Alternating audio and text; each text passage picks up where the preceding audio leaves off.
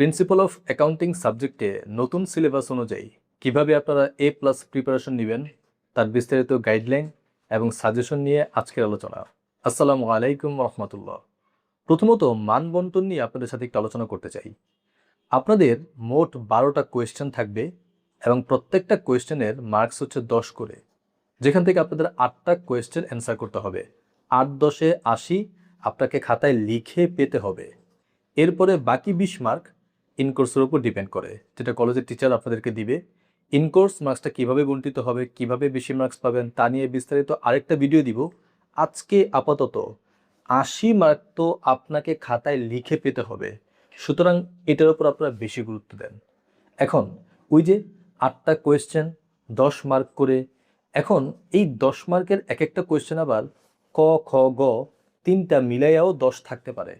বিশেষ করে এই যে 12টা কোয়েশ্চেন থাকবে, মোট 12টার মধ্যে 3 থেকে 4টা থাকবে থিওরি এবং 8টা সাধারণত থাকবে ম্যাথ, পিওর ম্যাথ।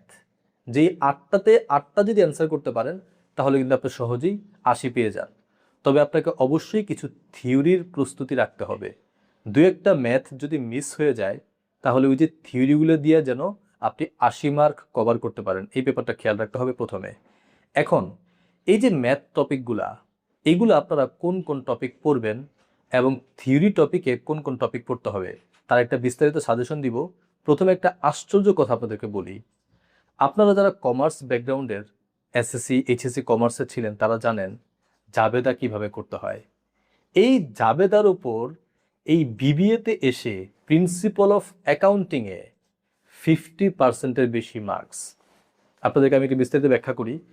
আপনাদের যে 4 নম্বর অধ্যায়টা আছে, দ্য অ্যাডজাস্টমেন্ট প্রসেস মানে অ্যাডজাস্টিং এন্ট্রি মানে সমন্বয় জাবেদা। আপনারা যারা এইচএসসিতে কমার্স ব্যাকগ্রাউন্ড ছিলেন তারা জানেন সমন্বয় জাবেদা।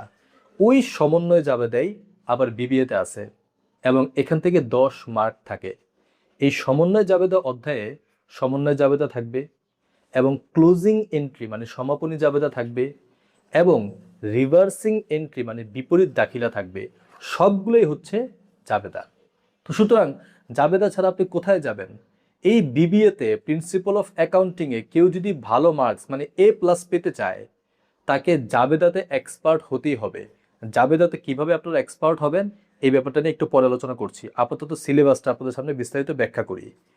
তারপরে 5 নম্বর যে অধ্যায়, মার্চেন্ডাইজ অপারেশন। এই মার্চেন্ডাইজ অপারেশন অধ্যায়ে আপনারা জানেন কি আছে? জাবেদা। সিম্পল আপনাকে বলবে কিছু লেনদেন দিলাম, জাবেদা করো।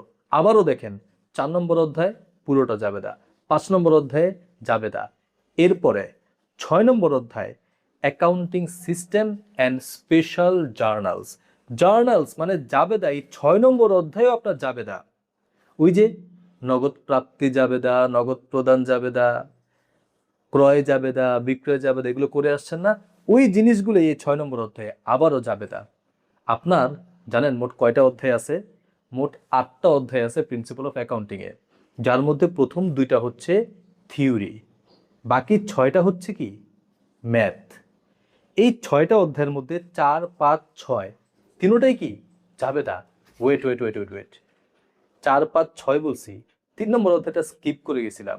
3 নম্বর অধ্যায় জানেন কি বলবে? জাবেদা করো। সাধারণ যে জাবেদা করে আসছেন না, বেতন প্রদান, ভাড়া প্রদান, পণ্য ক্রয় বিক্রয়, ওই জাবেদা করতে বলবে আপনাকে। তারপর কি বলবে জানেন? জাবেদা থেকে খতিয়ান করো, খতিয়ান থেকে রেওয়ামিল করো। এই যে পুরো একটা প্রসেস, এখান থেকে আসবে 10 মার্ক 3 নম্বর যে অধ্যায়টা অ্যাকাউন্টিং প্রসেস, এই অধ্যায়টাতে।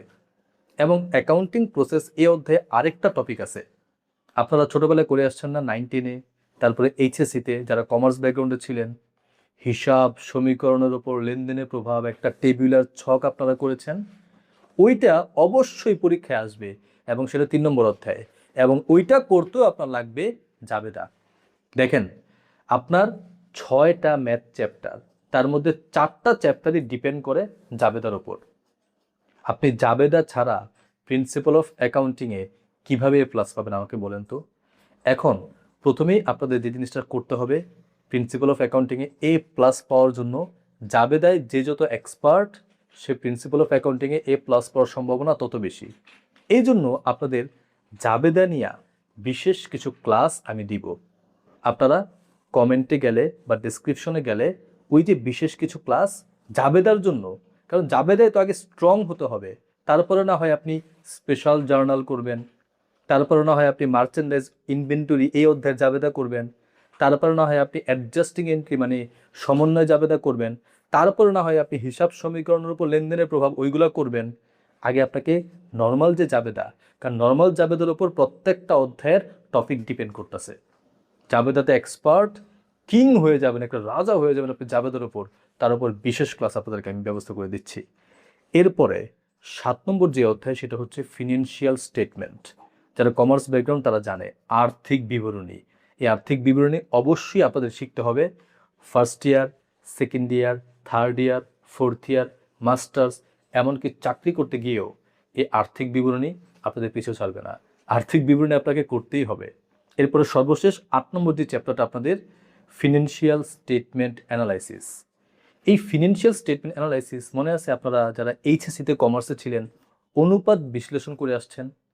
ওই যে আর্থিক অবস্থার বিবরণী বিশ্লেষণ, চলতি অনুপাত, তড়িৎ অনুপাত, নানান ধরনের অনুপাত বিশ্লেষণ করে আসছেন, সেইগুলা জাস্ট কিছু সূত্র মুখস্থ করলেই আপনার এই অধ্যায়টা কমপ্লিট হয়ে যাবে। এই যে 6টা অধ্যায় আপনাদের ম্যাথ, প্রথমত এই প্রিন্সিপাল অফ অ্যাকাউন্টিংয়ে আপনাকে এ প্লাস পেতে হলে এই 6টা অধ্যায় আপনাকে ভালো মতো করতে হবে, এবং 6টার মধ্যে 4টা অধ্যায় আছে জাবেদা। অনেকে বড় হয়ে গেছে এখনো জাবেদা করা লাগবে না, কিন্তু এখানেই ভুলটা করবেন। আপনার জাবেদাতে এক্সপার্ট হওয়া দরকার, এবং আপনাদের জাবেদাতে এক্সপার্ট করার জন্য বিশেষ কিছু ক্লাস আমি দিব। এবং শুধু জাবেদার ক্লাসই না, প্রত্যেকটা চ্যাপ্টারের ওপর স্পেশাল ক্লাস আপনাদেরকে আমি দিব। এখন আজকের আলোচনাটা ছিল এই সিলেবাসটা আপনাদের সামনে বিস্তারিত আলোচনা করা, যে এই প্রিন্সিপাল অফ অ্যাকাউন্টিংয়ে কি কি আছে, এবং এই প্রিন্সিপাল অফ অ্যাকাউন্টিংয়ে এ প্লাস পাওয়ার জন্য আপনার দরকার হচ্ছে জাবেদা। জাবেদার কিছু ক্লাস আপনাদেরকে আমি আজকে দিলাম। এই আমাদের ধারাবাহিক আলোচনা চলতে থাকবে কিভাবে আমরা এ প্লাস প্রিপারেশন নিব। তো আপনারা দ্বিতীয় ক্লাসের আগে আমি যে জাবেদার ক্লাসগুলো দিলাম সেগুলো শেষ করে ফেলুন, যাতে আমি যখন এই এ প্লাস প্রিপারেশনের জন্য দ্বিতীয় টপিক নিয়ে আলোচনা করব তা আপনাদের কাছে একদম ক্লিয়ার হয়ে যায়। আশা করি আপনারা সাথে থাকবেন এবং আপনার ফ্রেন্ডসদেরকে নিয়ে যুক্ত হবেন ইনশাআল্লাহ। আসসালামু আলাইকুম রহমতুল্লাহ।